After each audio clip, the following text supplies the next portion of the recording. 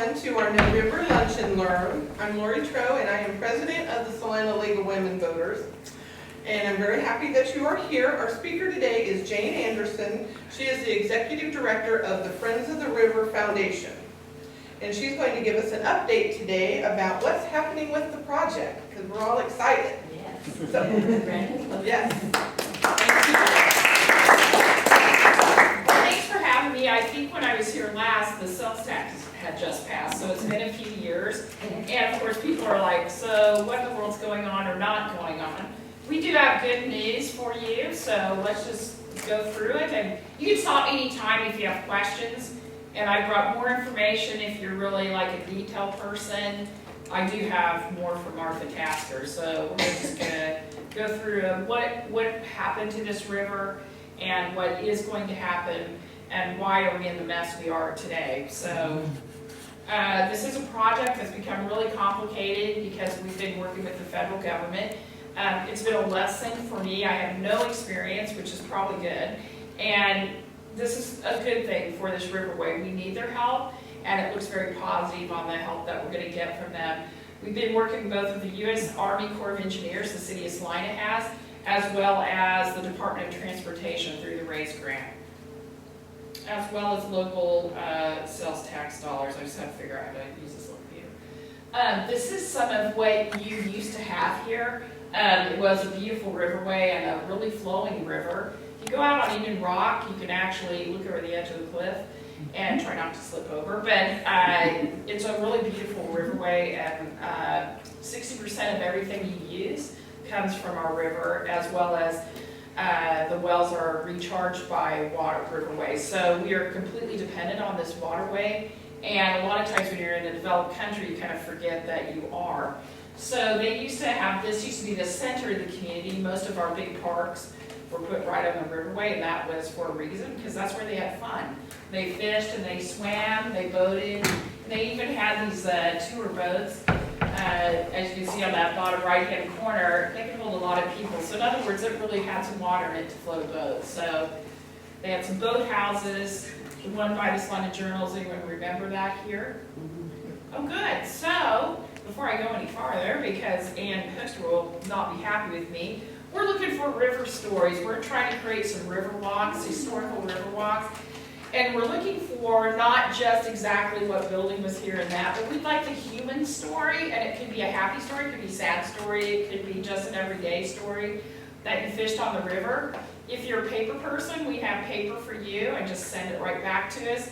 Or if you want to go online, it's on the Smoky Hill River Museum. We've been partnering with them, and you can just put it right up on there. So I know quite a few of you probably have some stories, and we'd love to collect those because that's going to make those historical walks way more interesting. All right, so the big reason they settled here was there was lots of water. Salina River is not far from us. It hooks into the Smoky Hill about a mile or two outside of town. And because of that, though, when you're in a floodplain, that's exactly what happened. There's 4 big ones, and the last big one was, well, actually 93, but we had the levee system around us. Otherwise, we would have been underwater in Salina also. But the last one that really injured the community was 1951. And I just love the hospitality never faltered on this beer drinking group that, they just seem to enjoy whatever. And so beer was what you do, and water or not, they're going to have their beer. So the other thing you can see, this is probably off the Iron Avenue Bridge, not exactly sure. But you can see this was a real waterway that flowed significant water and was beautiful. So this is sad, but this is what you have today. It is the reason that it happened after that big flood. The community had it and destroyed a lot of housing and interfered with, a flood is very destructive. And so the Corps of Engineers became involved. The east side of your community, where it's straight, is not natural. So if you go on the East Iron Avenue Bridge, you can look right off there and you see a straight riverway. That's not what prairie rivers do. They've had lots of problems because of that, of erosion. And it's supposed to curve here, and that's also for all the birds that live on our waterways, the little babies aren't washed away. So nature knows what it's doing. But that was blown, that hillside was blown out. It was done in about the early 60s. And I've heard stories from elders. One was Bob Exline, and he said that the city of Salina would not do or pay what they should have to make the original Riverway be what it is. I tended to believe Mr. Exline because everyone wanted to say the Corps made mistakes and all that, but I do know, I'm a little Midwesterner, how conservative Midwesterners can be about spending money. It makes sense to me that maybe people thought it was too much money and didn't do what was appropriate. But the bad news is the cost of that was huge for our community. As you can see, we don't really, it's a destroyed ecosystem. As you can see on the map right here, over there, it's 7 miles of river. You can see that's curving. When they did, there's been so many studies done on this riverway. The reason it's curving, there's a whole layer of limestone underneath this where we're walking, and that's creating the curve. So I'm just nerd enough to remember stuff like that. So what happened then, by the 1970s, they were already hiring Wilson Company to see can they restore the riverway. So it wasn't because they wanted it to be diminished. It was diminished, and they were trying to figure out what do they do now. That took into the 1980s and 90s. It was one of the #1 projects in the city when they would do strategic planning, that they wanted the river back. This is not the Friends idea. This has been around for decades. So just so you know, they wanted the river back also, but when you work in colleges like I did, you realize, oh, that's a really great idea, shelf. Those things happen a lot. This was shelved over and over again. And what I think is interesting about this story, it's really a human story. And a human story about not very many people. It only took 6 people. That's what the Friends initially started with, to see if something could be done. It doesn't take 100, it doesn't take 50, it took 6. And they started meeting with the city, and one of the first things they tried to get changed is, oh hello, they tried to, it wasn't even called the Smoky Hill River. The old channel, they called it the drainage ditch, the sewer place. The city, when they go and talk to them, they never called it by its name. And a name is actually really important, and it's significant. So the Friends insisted that they start calling it the Smoky Hill River. So they call it the old Smoky Hill River channel. So when you go around town, you see those little brown signs. That's from the Friends insisting that you call it its name and consider it a riverway.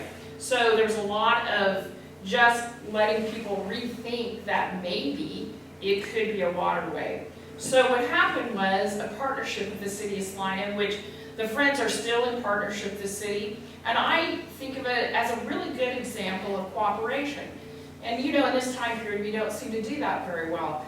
This is a real good example of people getting along no matter our political, I know on our board we have major political differences, but we get along because we're working toward one big project that matters to all of us. And so the city and the Friends work together, and the Friends raised about $400,000, and they brought in a company from outside, from Colorado, and they did a study to see can it be salvaged, and that was one of the big questions. They didn't know if it's even possible. And the other big question is the people side, does anyone care? So that was what the Friends had to find out in their partnership with the city to see, does anyone care about this project? And are you willing to put forth your effort to save it? So the first thing they found out is that it wasn't horribly polluted. If that had happened, it would have been over. They found out that it was actually savable, that it could run water again.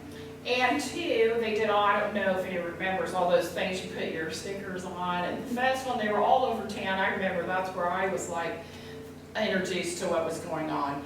And so by finding that, they found out 2, people cared and would like to have a riverway again. So there was 2 things that were essential before the city put in about $500,000 for a master plan. A master plan is basically a vision for the future. And it contains some engineering in it. It's called preliminary engineering. They did a little engineering on it. And then they did a lot of visioning with people. And that's community. So they created steering committees, like what do you want on this riverway? What is possible? And so when that was all said and done, you had your original master plan. Well, everyone's super excited, and that can happen when you tend to stay with people that agree with you. And so the Friends honestly made a mistake. They didn't have any marketing people on the board. And they thought their project was lovely, and which it is. They insisted that it go up for a sales tax increase vote by itself. This is from Jason Gage. I remember having a conversation with him. And what happened then is, it was 2010, and of course that's I don't know if you remember, that was a huge downturn in our community, the housing was worth nothing, et cetera. It was a big downturn in the economic thing of the US. Well, they were killed and did not pass. And I think this is also a story of tenacity and courage in spite of your outcomes. And so this probably could have easily killed this project. But the really interesting news is there was a mentorship that was starting to happen from Denver. The Greenway Foundation and Dana Crawford, who actually grew up in Salina, was a huge developer in downtown Denver, saved tons of historical buildings, told him don't give up, that this is worth fighting for. And I think their encouragement probably helped them stay in the game. Well, they knew they had one last chance, and truthfully, I'm not sure why I took this job. When I think back on that, it's pretty nutty. But the project was so amazing idea of what could happen that I just gave up the kind of cush little job I had at Bethany and thought, what the heck, I'll be unemployed in 6 months, but I don't care. And that's really a true story. I thought we have one last chance for this to pass, and I just want to be part of it.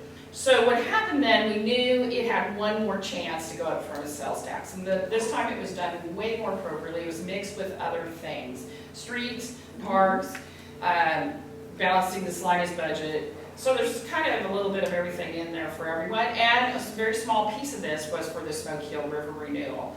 So we ran the grassroots effort called Yes for a Better Salina. And it actually passed. No one thought we had a chance. And Mike, you were on the board then. There was fear on the board, like, oh my gosh, what do we do? I was like, no, we just do it. Whatever it costs, you just do. This is your last chance. And so the most interesting thing about chances are that you just really need to step in and risk the thing of failure, which I'm personally terrified of failure, but this was worth taking that chance on. And what's interesting about it, by that time we had about 50, maybe 100 people that helped us with this. So again, it didn't take 50,000 people. It takes a small group of dedicated people that want to see something really happen and help convince the middle group that yes, you should do this too. So when it passed, we were all very thrilled. And then we thought, oh, whoops, did I just take it out? Okay. Oh.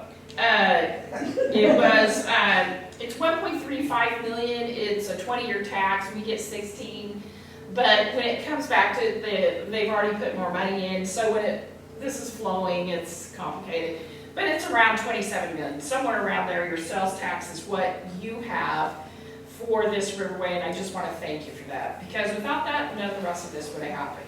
So you are the reason we are going to have this fabulous riverway, because the tax showed people that we wanted a riverway. It's made all the difference.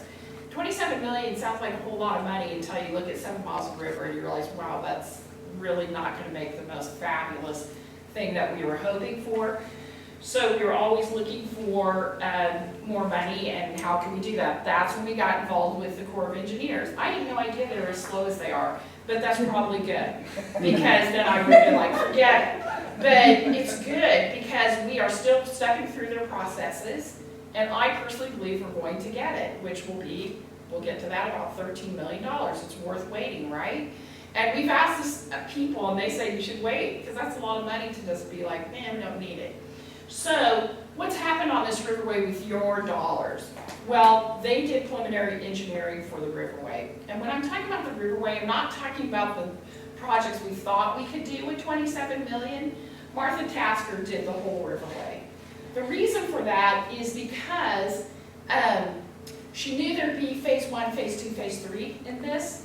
And also, by engineering the whole thing, all the pieces come together. Because this is not, you can't just go, because I know in the 80s they tried to dredge Oakdale Park, and how well did that work for you? About 10 minutes, right? Because this is all interconnected. This is not something you just go in and take out a piece and think you fixed it. It's all an interconnected waterway. So by engineering the whole thing, we have set the future of promise for future generations as well as ourselves. But by doing that, it took a lot more money and way more time. So that's part of the reason this has been slow, but it's also the reason we could get the RAISE grant. We'll get to that. Am I taking too long? Okay. So this is your master plan, and I have some of these, and you can look at this. It is 7 miles of riverway. And so what they did after they passed, we had the original master plan in 2010, but because I've been a long time, we passed it 16. They did a whole nother steering committee upgrading the master plan. And the reason this was important, because when the first master plan was done, downtown, there wasn't even a thought about downtown. Now, obviously, there's been a big change, right? So by updoing the master plan, the emphasis has actually turned into the downtown, which wouldn't have happened in phase 1. Martha Tasker reminds me when I'm really frustrated, Jane, this is good that it's actually taken longer, because we wouldn't have done the right river if we'd done it originally. And so I try to remember that when I'm like, this is taking a little long, but there are some things that happen with time that are good. So what is phase 1? What does this actually mean for you? First of all, remember we talked about her doing preliminary engineering for the riverway. Well, we applied for a RAISE grant last year, and when I say we, the Friends was part of this, we put in $30,000 and they put in $30,000. And the reason for that is you have to have specialists. I'm a grant writer, but when you look at those federal grants, you're like, oh no, I'm a baby, forget it. It's just complicated. And by hiring specialists, you actually have a chance to maybe get it. But that didn't mean that I wasn't part of the team and I got to write some of the narrative, because they don't know the story. I know the story, the people's story, and also what happens in Salina. So that was a really interesting process. What I didn't know is that your first time around, applying for a RAISE grant, almost nobody gets it. That's good to not know, because he didn't mention that when we were working on this. And I also knew only about 10% that apply for this get it. So we were competing with a lot of other groups in Kansas, including the state of Kansas. So I knew that, but so you just have to put it down and know, well, maybe, we've got a good project. And so here's why you get something like this. She'd done all the studies, all the preliminary engineering that everyone thinks is a waste of time. We had done years of planning for what this is going to be for the community. We used all the city people that had the information. We hired specialists that knew how to do it. The Friends got to be involved. We were not excluded. We're the storytellers. We're the front people. And by doing that, we had a really beautiful grant. So after that was done, the head guy, the specialist goes, well, I'll just have to tell you this. If you don't have anyone helping you at the federal level, you're done. Well, that's nice to know now. So the good news is we've been in relationship with the senators and representatives for quite some time, and mainly Jerry Moran. And so we decided that we would do it ourselves and not hire a lobbyist to try to help us. And so he's been very responsive, and his team, and very interested in this project. And because we've been doing this for years with him, that also sets the tone as why he's interested in this project. So he did help us, and I do believe it wasn't one thing, it was all of those things why we got it our first time around. Now, you can only apply for $25 million. If we got 22.1, that is really good. So what does that mean for this project? It means your sales tax dollars matter, because we've almost doubled it now just with this one. So what does the RAISE grant mean? That's from the federal transportation place. This is not the Corps. The Corps is part of the Army, so it's two different pots of money. So what does that mean for you? Transportation means it's about people. So when you think RAISE grant, think of people and movement. So it means new bridges. We have a lot of really aging bridges, and actually bridges that really can't flow the river appropriately, and also you can never boat through a lot of these little culvert bridges. So what's going to happen, this is one of the best parts, the bridges, the river goes, Ohio goes over the river twice. And so it's not a walkable to get across with the trail system. Mm-hmm. So this is part of the thing about underpasses for people.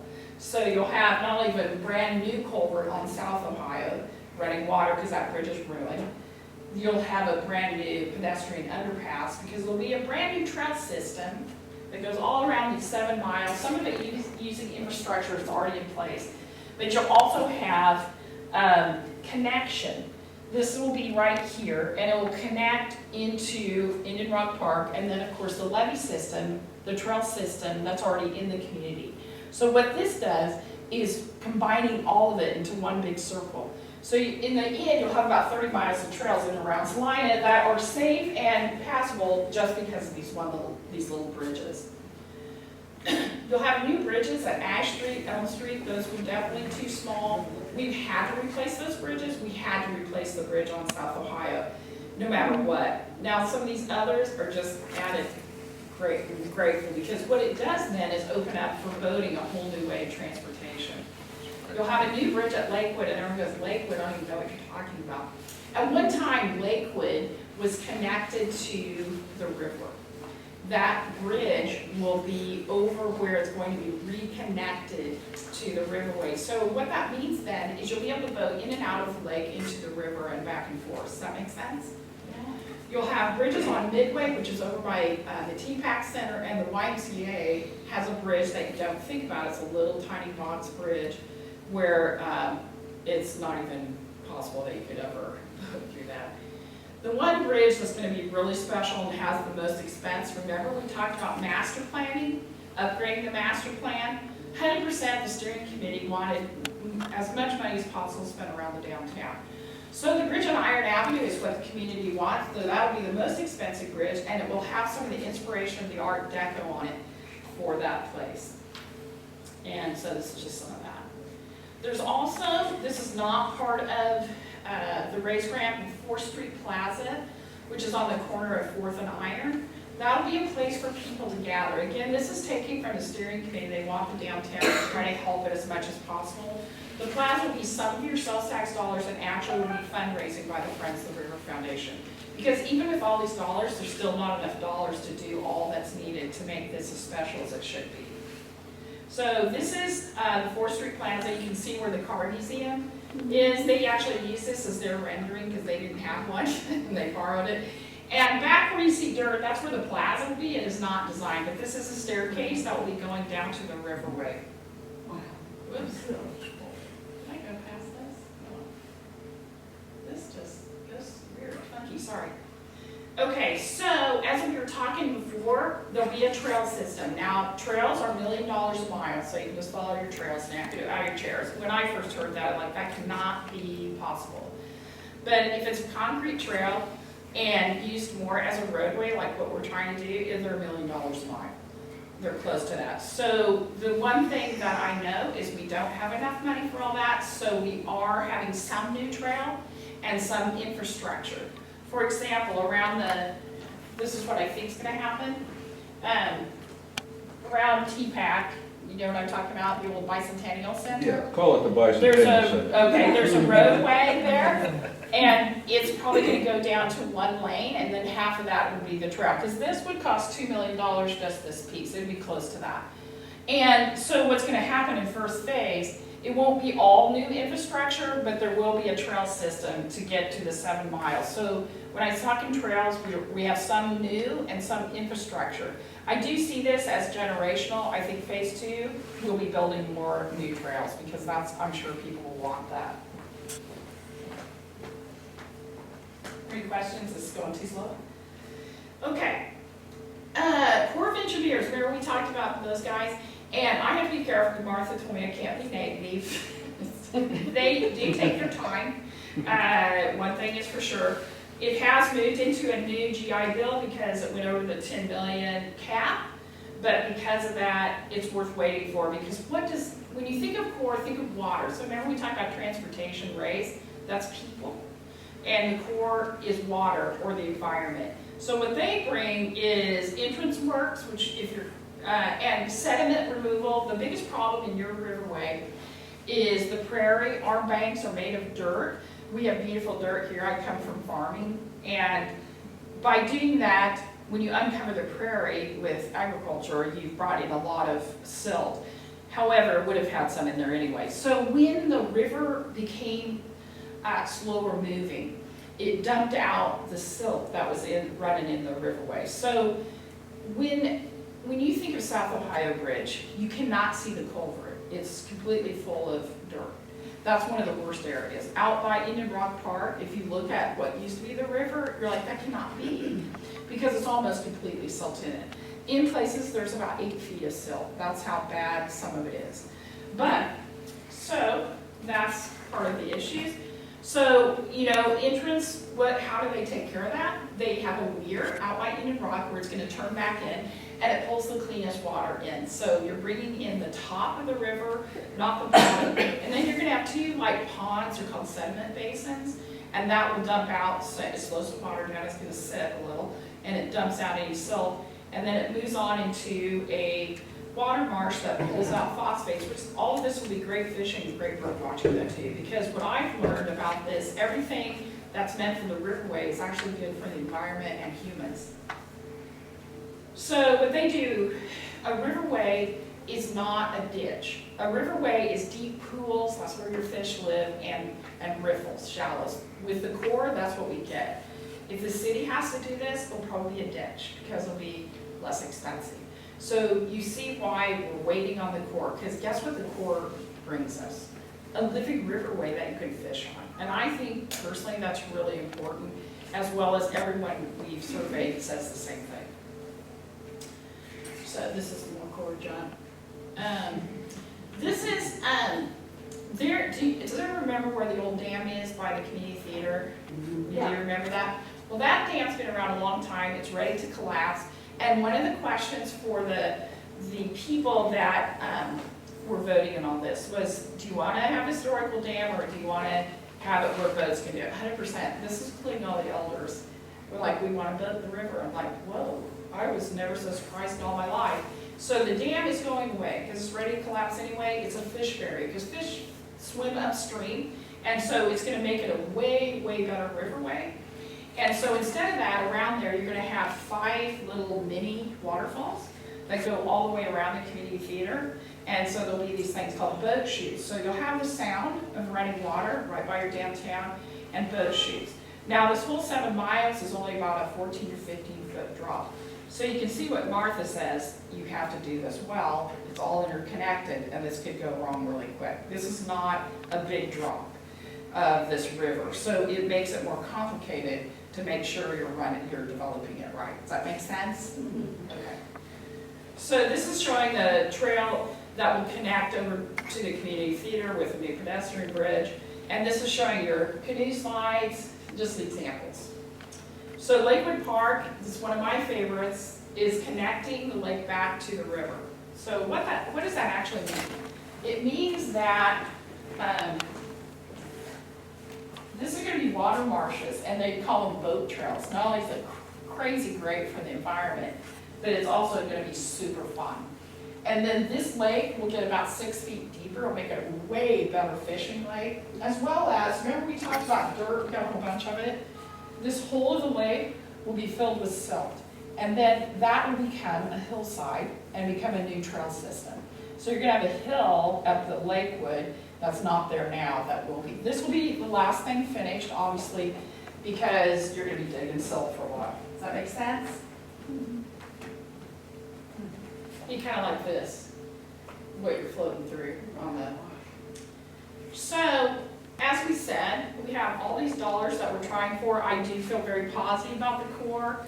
I do think we have a really strong chance to get the core dollars, especially Jerry Moran is really helping with that also. You say you should tell him thank you.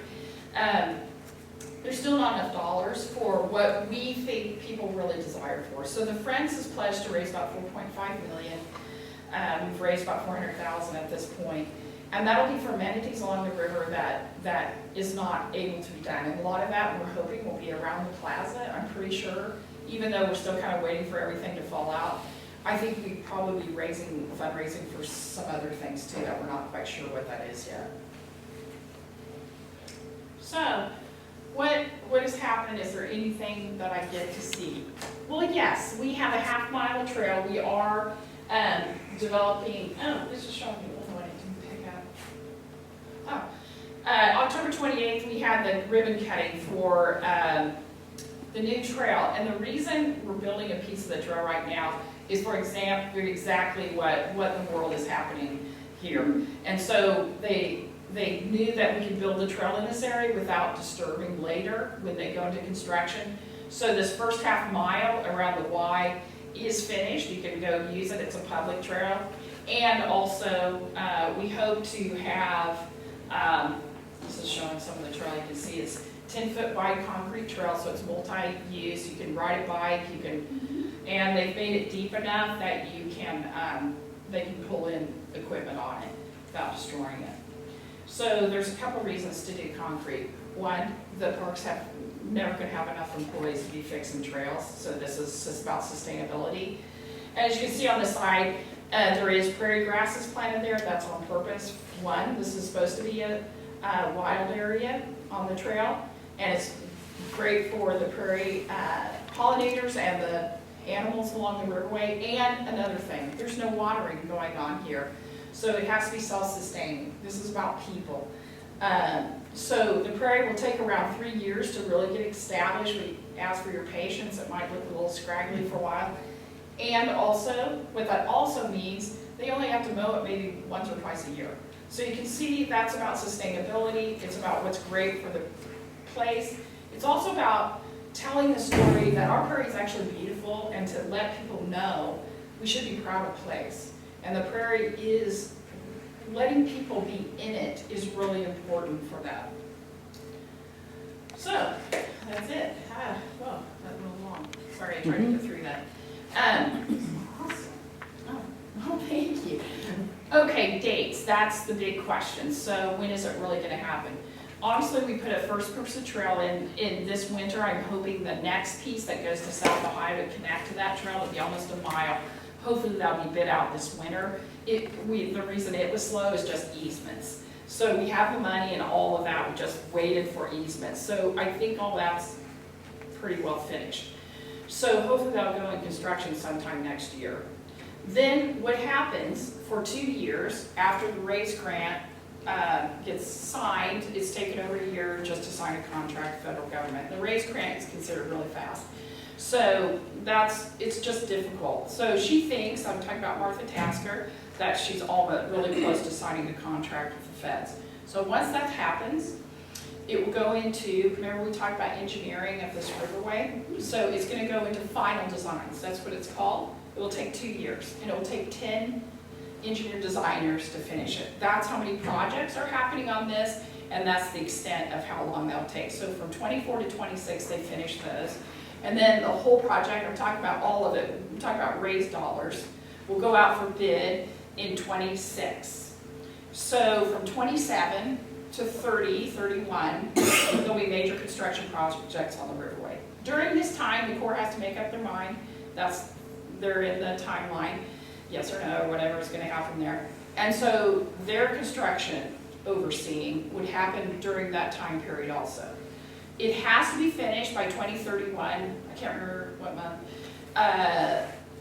for the RAISE dollars, or else you lose it. So I like that because it forces it to happen. So I know Martha's hoping it would be 2030, but honestly I just say 2031 because, construction is never quite goes exactly, and weather has a huge impact on this. So what will be built first, I'm sure, will be bridges, because they like to build bridges when it's dry. It's way less expensive than with water around. Does that make sense? But at this point, I don't know when or what, because it hasn't been bid out. So we don't know what bridges go first. We don't know any of that. I don't know when the plaza, I have no idea. In that period, we don't know that yet. So, does that make sense? It's a big project. I would just like to say thank you for your patience, and also for hopefully you voted yes. If you didn't vote yet, you don't have to tell me that. For these sales tax dollars that have meant so much to this community. I will tell you that it's already being used to recruit young people to this community, because I've met them. And I just had whoever's overseeing the downtown, I try to be really private on this, some of the downtown renovations. They're trying to recruit some businesses. They call and ask for all kinds of information about the river. It's being used to try to recruit businesses to downtown. So just so you know, even though it doesn't seem like a lot's happening, it's already percolating and doing exactly what it was meant to do. It's meant to be a great place for you to have fun. But the other things are just as important. Economic renewal of the oldest parts of our community, I think, will absolutely be what happens to some of our oldest neighborhoods. As well as I think it's really helps tie a bow for the downtown to be successful long-term. And it brings people into that area because we know it's going to be boatable with the RAISE grant. We know there'll be a trail system, and we know water's something that draws people. I'm hoping that somebody would open a restaurant on the Riverway. That's my hope. But of course, that's not what we do. That's private development. But spread the word. Hopefully, someone will want to do that. I think it could be really great to have a cool restaurant with a deck on the back that can sit and watch the river and people go by. That would be awesome. So those are all private developers, but I've already heard people chattering about some of that. There's someone I know that's buying houses, redoing them close to the river because he thinks it's going to be a good deal, and I just know him, so that's been interesting to see that it's already stirring the water. The thing that the reason I took this job, the number one reason, I've worked in small colleges most of my life, and to draw young people into a community is not that easy. But the one thing for sure I know does is this riverway. The one thing when we did surveying, trails were always the number one thing people wanted. And this is the most interesting part of that story. The Salina Parks and Rec did a master plan a few years ago. And you know, they do all kinds of programming, recreation, sports. Hey, those are all really great and important. But the number one wish of your community, can you imagine what that was? Trails. Thank you, trails. I blew me away. But what it meant, we were right on target with what we should be doing. People want trails. It's all across the country. It's what people want to do. So whenever I am in front of young people, I just say 30 miles of trail, they're in. I don't have to sell this at all. It's not a sales job. It's just letting them hear it and they're in. I've never met a young person yet that doesn't love the idea of this. So where's the 30? I mean, that's 7 miles there. You're talking about 30 miles of trail, so where? It's all the trails around Salina on the levee system. All their trails connected together with this new trail system will be around 30 miles. So that's what you'll, and that's a calling card for a community. Because young people, the end of my career at colleges, the idea that boomers is just about jobs, that has been gone a long, long time. Don't make that mistake. Young people look for quality of life first, job second. And just look up any stats. I know I'm right. And all I have to do is talk to a young person group, it's always the same. It's just who they are. They don't care as much about, they want to have a great life. What's, and maybe you said it, I didn't understand, the projected date, or maybe dream date, to have all that finished? Yeah, 20, 30, 31. All of it? Yes. I heard you Phase say one. that, but I Yes. didn't realize you could have all of that. Yes. And that- It has that's not very to. long. No. The I was construction, I always thought construction would be really long. Construction is a dream compared to what we've been through. This part is the hard part. It's the planning, getting everyone in and all, blah, blah, blah, blah, blah. That's the hard part. Yeah. I heard that, but I couldn't. Yeah, it's absolutely imagine it all true. being Yeah. done. Yeah, it has to. We don't have a choice. Right. Oh, you So did. it might be a one, I don't know how this will be, but one big, huge deal that's outsourcing. That's what's gonna happen. Hopefully as local as possible. The reason cement slabs were picked for bridges is because Kansas does that very well. That's all been planned and thought out. So that hopefully Kansas contractors get those bridges. Doesn't mean they will, it's just hopefully a lot of it goes. The trail was done by Pont Construction with local dollars being spent. It doesn't mean all of it will, but hopefully, we're hoping some of it. So, are there questions? Yeah. Has a friend been in conversation with the city in terms of taking on a role of maintaining this project once it's completed? Thank you, Mike. Gee, look at the time. No, actually, I've been meeting with the parks already to strategize on what is it that it's going to take to maintain this. So I am working on trying to get that conversation started. because I think we're gonna wait too long. We already have a trail in existence, they don't have enough employees, we know it's a problem. So yes, we are going to be taking the lead on that, and I'm gonna start bringing that forward. I've already brought it forward in front of Martha, and we need to start moving that direction on what's it gonna take people-wise to actually take care of this big boy project. That's just as important as building it. The maintenance of it is really critical for it to be successful. The one thing I will let you know, you should be very proud of your local citizens. What they've done, we've had a aesthetic committee, which where's art gonna go, where's plants, and some of that was done with the original steering committee, and it was finished out. The one thing that's been part of the conversation is how do we do this with as low as maintenance as possible? Obviously, we just talked about the wide trail, right? That was well thought out. We don't want that other kind of grass, and we want it to be self-sustainable. We want it to be a place, honestly, that's what's supposed to be here, but also takes very little manpower when it really gets established. So those things have really been thought out. Now around downtown, that'll be more, whatever you want to call it, urban-y, and probably have a few pots. We've nixed a lot of potted plants because there's nobody to take care of them. The only place I see potted plants is probably around the downtown. That is things that citizens have said over and over again. And I remind the city, like, right, we're not planting other kind of grass. I did have to be the reminder, remember, Dan, it was supposed to be prairie grasses. Luckily, we have a specialist in town, Lakewood Discovery Center. Brian he's a specialist in prairie grasses because they've been growing prairie grasses in Lakewood and in Rock, and he's the one that oversees that. So he advised them where to get how do you do this, blah, blah, blah. So we do have people we can ask and do. That's not the friend's job. I do see myself more and more as hey, remember, I'm the person that gets to do that. But we're the ones that really have the river at our heart. Like Martha Tasker, she's been doing upgrades in a sewer plant. She's got the thing out at the, what do you call that out at the airport authority, the plume. She's had so many things on her plate. Not that she hasn't done a great job, but this is our focus. We will always be the ones reminding the city to remember this is important. So the Friends should be here for generations. Someone said, is the Friends about done? No, it's just getting started. We're just getting started with care and oversight of this beautiful project. Wow, I answered all the questions. Did that answer some questions? Yes. With regarding his comment Yeah. about maintenance, I would think it would be important to convince the people living close to the water to focus on trash collection.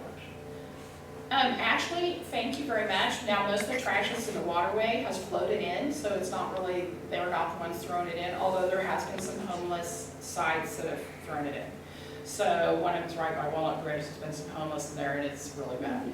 But most of it floats in. So all those people, they think, hey, it's just one bottle, pitch it out the window of the car. And there's a lot of you doing that, not that any of you would do that. It goes directly when it rains, it doesn't go through your sewer system. Rainwater goes directly in rivers, that's true across the world. Whatever you put on your streets, it's gonna end up in your waterway. Remember, where does your drinking water come from? The river. Thank you. So anyone doing that is, you're polluting your own water. 18 wells. So we can pull up 40 bags of trash. There's a huge storm drain that could be 5 miles away at the Y. And in a morning, we can pull up 40 bags. And mostly it's water, which is really ironic, water bottles and fast food stuff. That's mostly what we're pulling out. I believe that people, once they understand that, will have changed. Again, the Friends will be part of that story and trying to help people understand what they're doing to themselves. And once people understand it's their own water, drinking water, I've had some college students almost got sick when they really thought that out. That just has bothered them. But maybe it creates change, which I know it has created some change. It's a slow process. There will be some trash collectings, trying to pick it up before it gets in the river, as well as I think there'll be some mini things to try to catch it before it gets in. This is a problem across the world. This is why your oceans are filled with trash and your rivers. It's floating in, it's not blowing in, and I don't think the neighbors, maybe some of them are throwing the bottles in. I know I'm sorry, go ahead. I know a fellow who is regularly picking up trash, and he's got a group of his. Yeah, I heard about that, that's awesome. Guy friends that. Hopefully they'll join us on the rivers.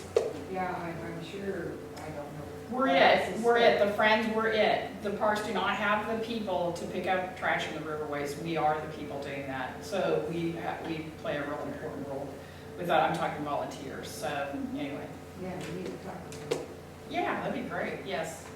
I'm just thinking about during the construction phase, that Iron Street Bridge. Yes. Can they do that like half of the bridge at a time? I don't It's think gonna so. be- yeah. Well, I don't know anything about bridges, I'm talking out of line, I don't know. I do think the Ohio bridges, they'll do half and half, because those are boxed, they're bringing new culverts, so that's different than a cement slab bridge. So probably half the road will be open. I'm sorry, everyone's gonna be mad, and I'm sure I'm gonna get phone calls. I'm sorry, I really don't know that, because I don't know enough about it, but I can't imagine that I think it'll be shut down. And it doesn't go under the railroad or anything, it just goes up near where the railroad is?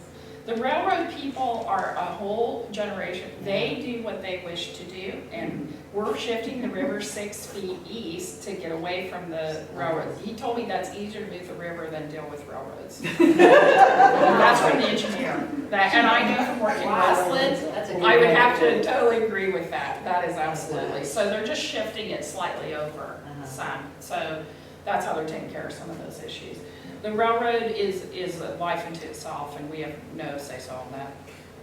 They are building a new wall, this is part of the RAISE grant, at Oakdale Park, you know where the water plant is? Well, that wall where the railroad tracks on is ready to collapse, so that'll be a new wall there for safety and hopefully maybe a mural or something, we'll see. Is the railroad building that? No, that's from the RAISE grant, yeah. No, they just let things fall to pieces, that's what I've heard, Right. yeah. Well, that's like Yeah. the rest of 4th Street in front of the yard and the garage and all that. Yeah, And your office. Yeah, That's they're not what- quick to move. Yeah. Yeah, I just know from working at Westland, I learned a lot about, they were trying to, they were trying to work with the railroad. That took years to get what they did over there. That was years processes, so. They have a lot of power, their transportation, and that's a big thing, so. Are you excited about the Riverway? Yeah. Good, you are, so good.